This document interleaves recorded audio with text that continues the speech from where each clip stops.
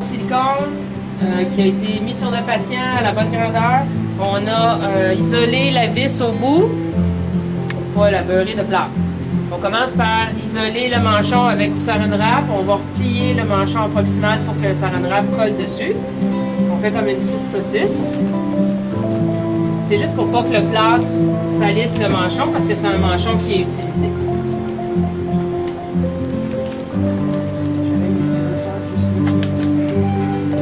C'est des gros ciseaux d'homme.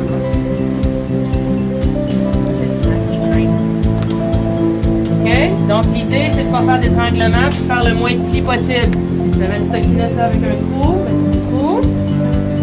Une stockinette cousue normalement sur laquelle j'ai fait un trou pour laisser passer la vis. Je vais montrer ça, je vais la remonter. J'ai cousu avec j'ai fait un trou pour laisser passer la vis.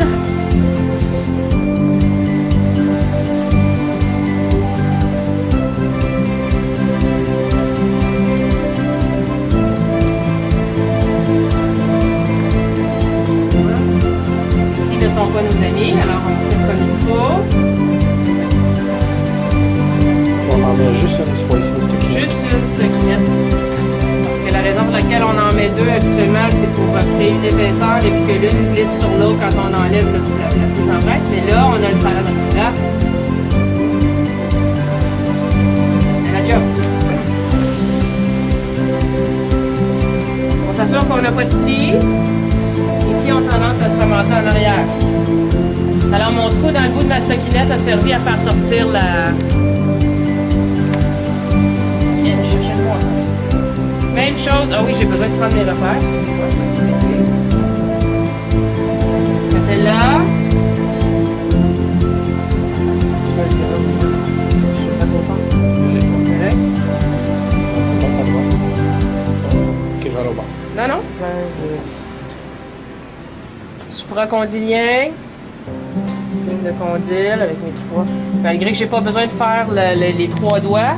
Parce que notre prise d'empreinte va arrêter au condyle. Tête du fibula. Oh, ton tubercule, est-ce qu'il fait mal, lui? Mais il est quand même proéminent, alors on va le marquer. Tête de fibula. Bouge la dent, hein? Plie, déplie. C'est bon, merci. Pour le déplacement de la tête du fibula. Déplie. L'apex du condyle médial. Plie. Déplie. Oh, c'est bon. Des fois, c'est moins évident avec un manchon en silicone parce qu'on a une épaisseur. Mais dans son cas, on le sent quand même bien. Plie un petit peu. Faire le tendon sous-patellaire.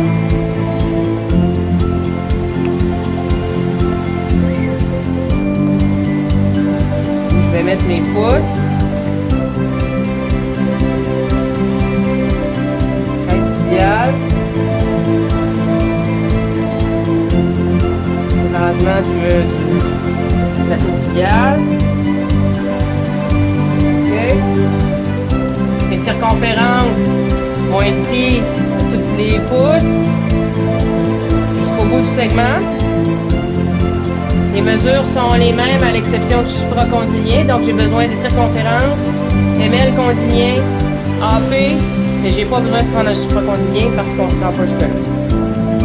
On est prêt à plâtrer? Est-ce que j'oublie quelque chose? Je pense pas. Ça se pourrait. Pardon, je vais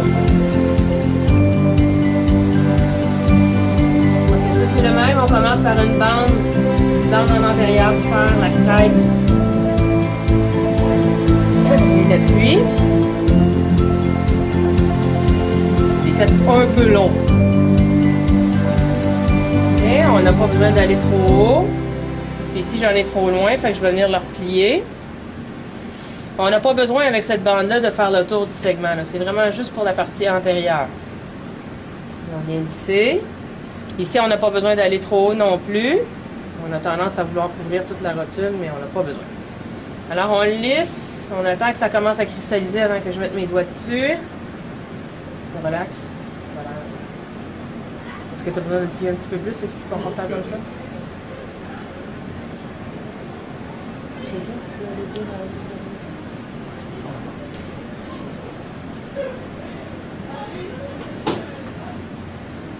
Est-ce que je suis à la bonne place? C'est bon? Alors, on fait nos pouces de ninja. On s'accote vraiment à la base de la patella. Là, le reste de mes mains font pas grand-chose. Et on peut venir accoter aussi nos mains de chaque côté de la crête pour essayer d'être plus confortable. Là, j'ai un peu de misère avec ça. Rendu à cette heure-là, il tient plus mon pouce.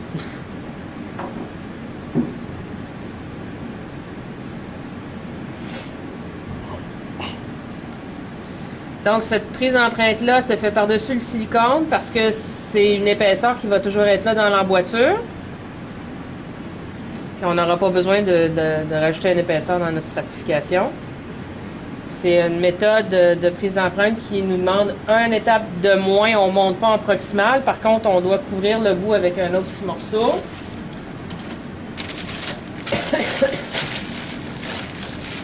Alors, une fois que ça c'est sec, on passe à l'enroulement. Attention.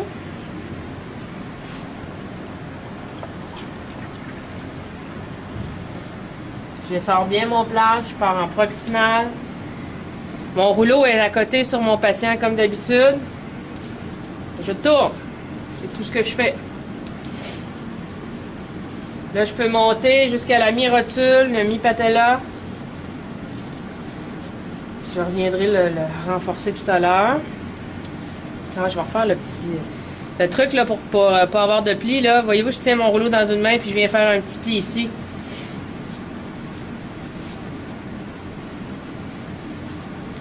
3-4 épaisseurs, pas plus. Vous remarquerez que mon rouleau est toujours en contact avec mon patient. Ça évite des étranglements. Je lisse pas entre chaque tour que je fais. Je l'applique au complet, puis après ça, je viens le lisser. J'applique rapidement. Oui, c'est ça, j'ai pas jasé. Je m'excuse, j'ai pas eu le temps. Fait que je pourrais revenir resserrer ça un petit peu. Là, je remets mes pouces dans mes trous. Je vais faire le contre-appui au creux poplité. Puis là, on y va au toast, là, on squeeze.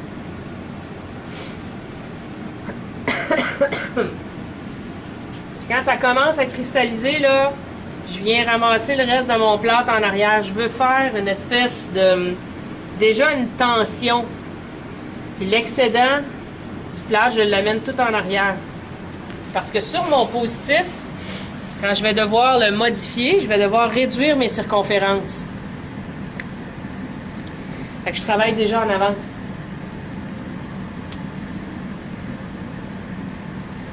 Fait que je viens refaire mon poids. Je vais le refaire plus épais. Parce que j'ai juste une ou deux épaisseurs. Je vais reprendre le restant un petit peu. Fait que mon plâtre est déjà cristallisé en arrière. Dans mon cas, j'ai pas monté assez haut, puis il est quand même assez mince parce qu'on voit le crayon à travers. Fait que je vais venir renforcer la partie proximale. Je vais prendre une partie du rouleau qui me restait. J'ai pas besoin de monter, passer l'apex des condyles. Là. Fait que même si je monte plus haut avec ma bandelette ici, je vais la rouler pour me faire une épaisseur.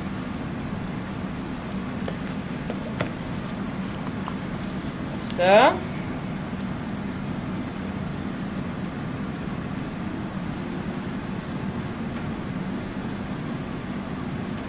OK, fait que je laisse travailler ça. Ça se peut que vous, quand vous le dérouliez, vous n'ayez pas ce problème-là, mais c'est juste de vérifier.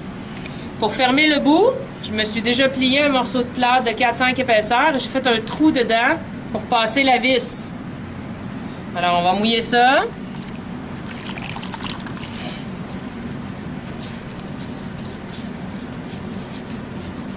On essore, on lisse. Et on vient passer ça ici. Alors, le trou permet juste de passer la vis et de bien mouler le bout distal du segment. Alors, on attend que ça pogne. Donc, vous remarquerez que ce plâtre-là est dans un morceau. Je vais enlever ça. Une chose, je n'aurai pas une partie proximale parce que je ne fais pas de support. Parce que j'oublie quelque chose. C'est juste avant que ça pogne. L'angle du segment, c'est toujours la même chose. On cherche à avoir 20 degrés pour avoir une proéminence, avoir un quad pas trop sous tension. Qu'est-ce que j'ai d'autre à dire? Quand on attend que ça sèche, c'est super palpitant. Est-ce que tu pourrais défaire ta ceinture?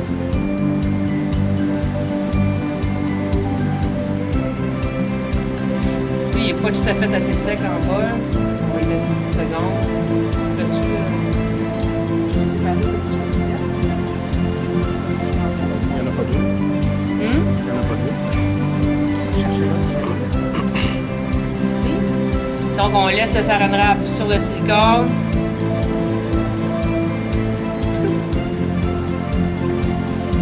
Ça. Ça. Je vais enlever la stockinette. On l'enlève tout de suite.